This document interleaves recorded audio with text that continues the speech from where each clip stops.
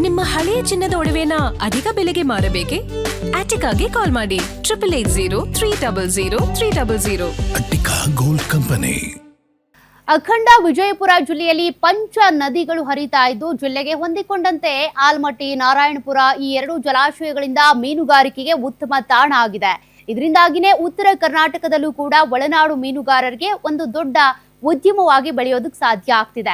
ವಿಜಯಪುರ ಜಿಲ್ಲೆ ಸೇರಿದಂತೆ 13 ಜಿಲ್ಲೆಗಳಲ್ಲಿ ಒಳನಾಡು ಮೀನುಗಾರಿಕೆಗೆ ಉತ್ತೇಜನ ನೀಡಲಾಗ್ತಿದೆ. ಆ ವರದಿ ಇಲ್ಲಿದೆ.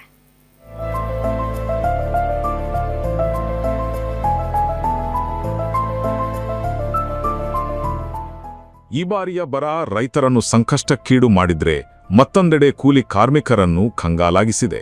ವಿಜಯಪುರ ಜಿಲ್ಲೆಯಾದ್ಯಂತ ಇರುವ ನದಿಗಳು, ಕೆರೆಗಳು ಸೇರಿ ಅನೇಕ ರೈತರು ಕೃಷಿ ಹೊಂಡ ನಿರ್ಮಿಸಿಕೊಂಡು ಮೀನು ಉತ್ಪಾದನೆಯ ಕೃಷಿ ಮಾಡುತ್ತಿದ್ದಾರೆ. ಮತ್ಯುದ್ಯಮದಿಂದಲೇ ಸಾಕಷ್ಟು ರೈತರು ಜೀವನ ನಡೆಸುತ್ತಿದ್ದಾರೆ. ಭೂತನಾಳ ಕೆರೆಯ ಬಳಿಯಿರುವ ಮೀನು ಸಾಕಾಣಿಕೆ ಕೇಂದ್ರಕ್ಕೆ ಹೆಚ್ಚಿನ ರೈತರು ಆಗಮಿಸುವ ಮೂಲಕ ಮೀನು ಖರೀದಿಗೆ ಮುಂದಾಗಿದ್ದಾರೆ. ಹೆಂಗೆ ಸಾಕಬೇಕು ಅನ್ನೋದು ಅದನ್ನು ಹೇಳಿದರು. ಎಲ್ಲ ರೈತರಿಗೆ ನಂದ ವಿನಂತಿ, ಎಲ್ಲರೂ ಬಂದು ಇದರ ಲಾಭ ತಗೊಳ್ಳಿ ಅಂಥೇಳಿ ಎಲ್ಲರೂ ತಗೊಂಡು ಕೃಷಿ ಫಾರ್ಮಿಂಗ್ ಒಳಗೆ ಹೆಚ್ಚು ಲಾಭದಾಯಕ ಇದು ಮೀನು ಫಾರ್ಮಿಂಗ್. ಇದರ ನೀರು ನೀವು ಬೆಳೆಗೆ ಹಾಕಿದರೂ ಅದು ಒಂದು ಫರ್ಟಿಲೈಸರ್ ಟೈಪ್ ಇದು ಆಗುತ್ತೆ. ಹಾಗಾಗಿ ಎಲ್ಲರೂ ಇದ್ರ ಬಗ್ಗೆ ಒಂದು ಸ್ವಲ್ಪ ಜಾಗೃತರಾಗಿ ಅಂದ್ರೆ ಇದ್ರ ಬಗ್ಗೆ ತಿಳ್ಕೊಂಡು ಕೃಷಿ ಫಾರ್ಮಿಂಗ್ ಒಳಗೆ ಮೀನು ಸಾಕಾಣಿಕೆಯನ್ನು ಮಾಡ್ರಿ ಅಂತ. 2010ರಲ್ಲಿ ವಿಜಯಪುರದಲ್ಲಿ ಮೀನುಗಾರಿಕೆ ಸಂಶೋಧನೆ ಮಾಹಿತಿ ಕೇಂದ್ರ ತೆರೆಯಲಾಗಿದೆ. ಆದರೆ ಈ ಕೇಂದ್ರದಲ್ಲಿ ಅಗತ್ಯ ಸಿಬ್ಬಂದಿ ಇಲ್ಲ. ಹೊರಗುತ್ತಿಗೆ ಮೇಲೆ ಕೆಲ ಸಿಬ್ಬಂದಿ ನೇಮಕ ಮಾಡಿ ಮೀನುಮರಿ ಸಾಕಾಣಿಕೆ ರೈತರಿಗೆ ವಿತರಿಸುವ ಕೆಲಸ ಮಾಡುತ್ತಿದೆ.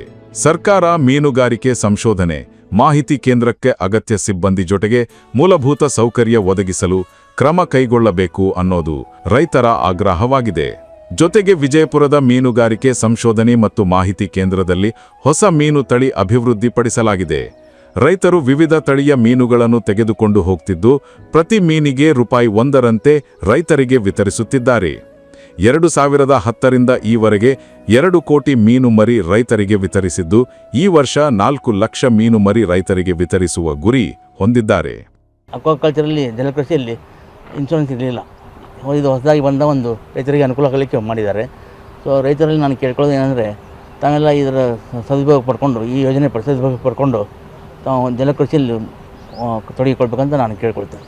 ಪ್ರಧಾನಮಂತ್ರಿ ಮತ್ಸ್ಯ ಸಂಪದ, ಪ್ರಧಾನಮಂತ್ರಿ ಮತ್ಸ್ಯ ಕೃಷಿ ಸಿಂಚಾಯಿ ಯೋಜನೆ ಜೊತೆಗೆ ರಾಜ್ಯ ಸರ್ಕಾರದ ಯೋಜನೆಗಳನ್ನು ಬಳಸಿಕೊಂಡು ರೈತರು ಮೀನುಗಾರಿಕೆ ಮಾಡಲು ಹೆಚ್ಚು ಒಲವು ಹೊಂದಿದ್ದಾರೆ. ಇದೊಂದು ರೈತರಿಗೆ ಮಾದರಿ ಕೇಂದ್ರವಾಗಿ ಮಾರ್ಪಟ್ಟಿದೆ. Deepak Shinde, guarantee news, Vijayapura.